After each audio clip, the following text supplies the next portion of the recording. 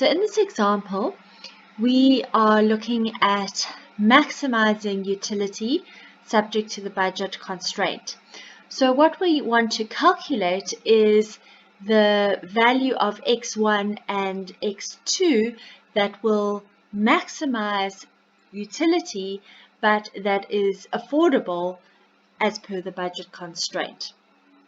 And the method that we are going to use in order to calculate these values of x1 and x2 is the Lagrangian multiplier method. And our starting point is to set up the Lagrangian function, which is a modified version of the objective function, and it incorporates the constraint.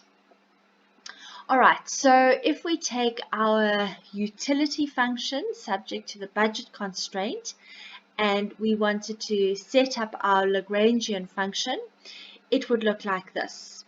Alright, and it's L equal to, and here we have our utility function as we saw it on the previous slide, x1, x2 plus 2x1.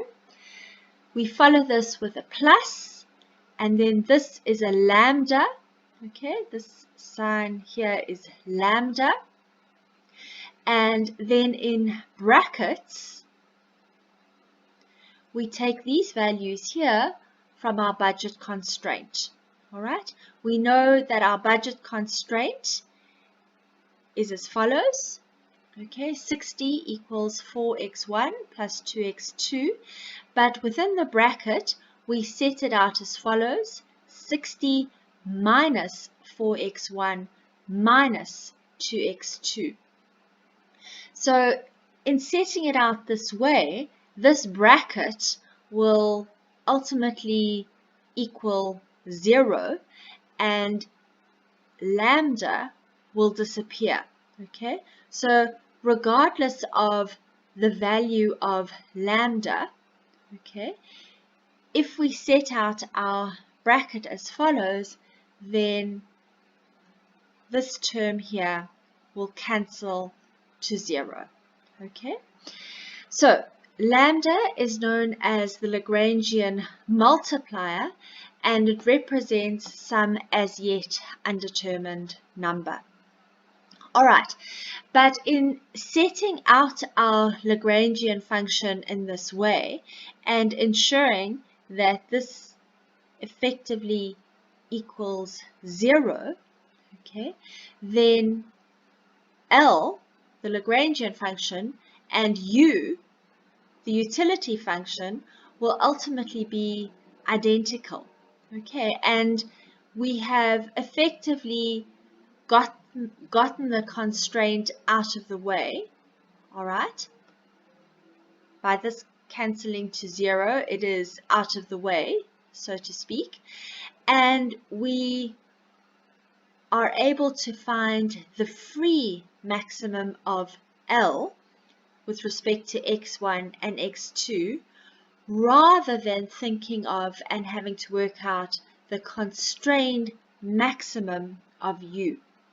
All right, so basically in setting up the Lagrangian function in this way, we are able to find a free maximum, okay, a free maximum of L with respect to x1 and x2.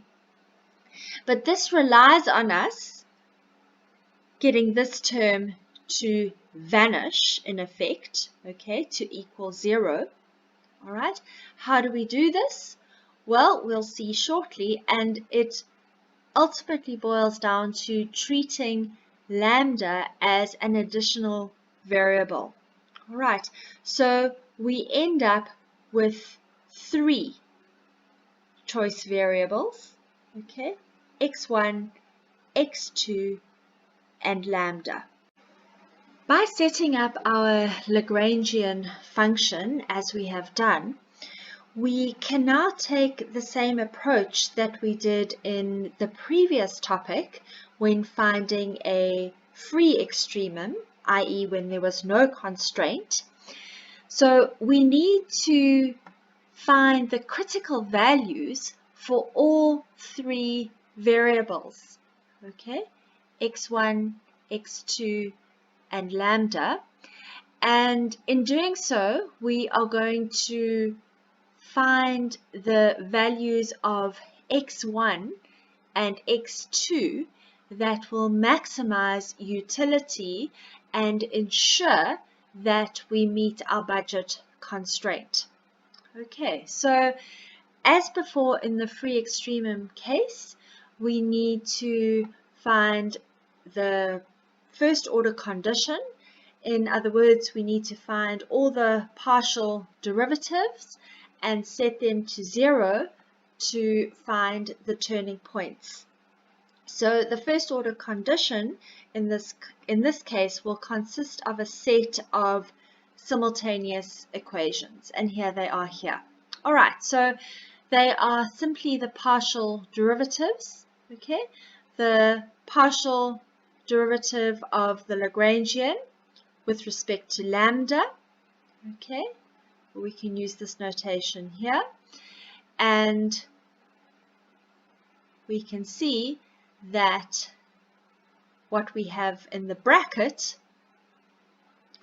will be the partial derivative in this case.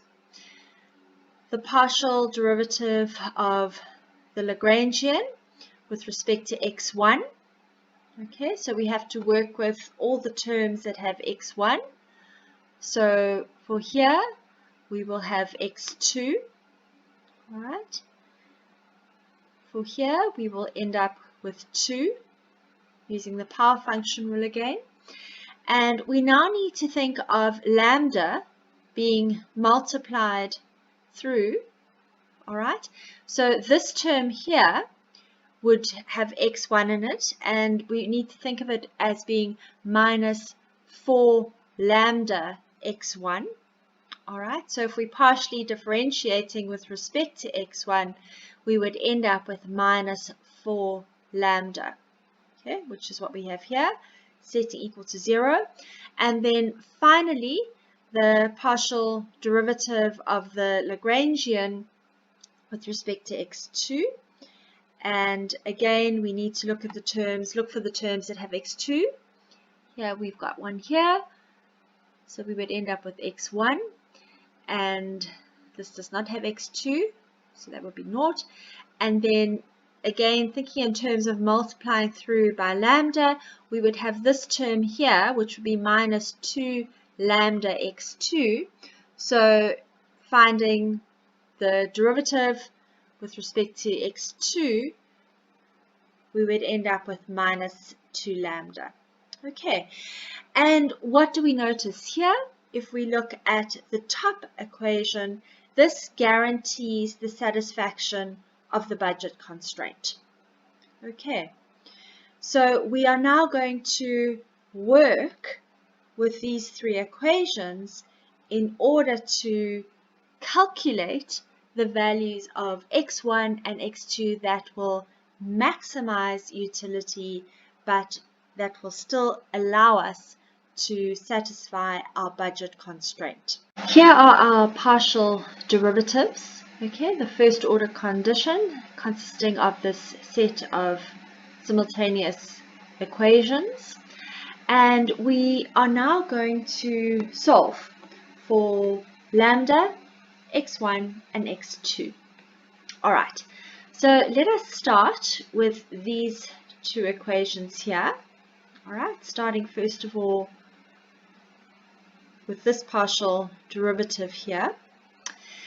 We can see that x2 plus 2 minus 4 lambda equals 0. So if we rearrange, okay, coming down here, we will have x2 plus 2 equals 4 lambda, and taking 2 across, we will end up with x2 equal to 4 lambda minus 2. Okay, so we've got here an expression for x2, and we can do the same for x1. All right, working now with this final equation down here, x1 minus 2 lambda equals 0. So by rearranging, we see that x1 equals to lambda. Now we can take x2 and x1 and substitute in to here, which is effectively our budget constraint. Okay, so that's what we've got down here. 60 minus 4x1, substitute in for x1, minus 2x2, substitute in for x2. A little bit of calculation, and what we see is the critical value for lambda. Okay, so we now have our value for lambda, and we can go back and substitute in for x2 and x1. And we can work out that x2, okay, would be 16, 4 times 4 minus 2 gives us 14. And x1 would be 2 times 4, which would give us 8. On this slide, we see a more general representation of our optimization problem subject to a constraint. So in the example we've just worked through, we were looking at utility maximization subject to a budget constraint. But there are other problems that we can work with. For example, we might want to minimize costs subject to a production quota. So the more general representation of an optimization problem subject to a constraint would look as follows. We would have our function, okay, z is a function of two variables, x and y, and we are subject to a constraint. So we are either wanting to minimize or maximize z, depending on the problem, subject to a particular constraint. Okay, C would be our constant. For example, in our budget constraint it was 60, and the constraint is a function of the variables x and y as well. All right, and in setting up our Lagrangian, as we saw previously, the Lagrangian function, we would set down our function, f is a function of x and y, plus lambda, all right, and then it would be our constraint value, all right, minus the variables on this side. Okay, so that would be our Lagrangian function, and the first step would be to work out the first order condition as we did with our utility example. Okay, and here we just have expressed it in terms of partial derivatives. Okay, so we can't end our problem here, all right? Even our utility maximization problem, we're not quite at the end yet, because we need to ensure that the values we have obtained, all right, so we now have our values for x1 and x2. We worked out a value of 8 for x1 and 14 for x2. But we need to make sure that these values correspond, in this example, to a maximum. Okay, and more generally, when we work out our critical values, we need to ensure that they correspond to a maximum or a minimum, whatever the problem is. So we need to turn to the Hessian as we did in the previous topic, but now we are going to be looking at the bordered Hessian, okay? And we're going to be looking at the quadratic proof again to help us to understand the sufficient conditions.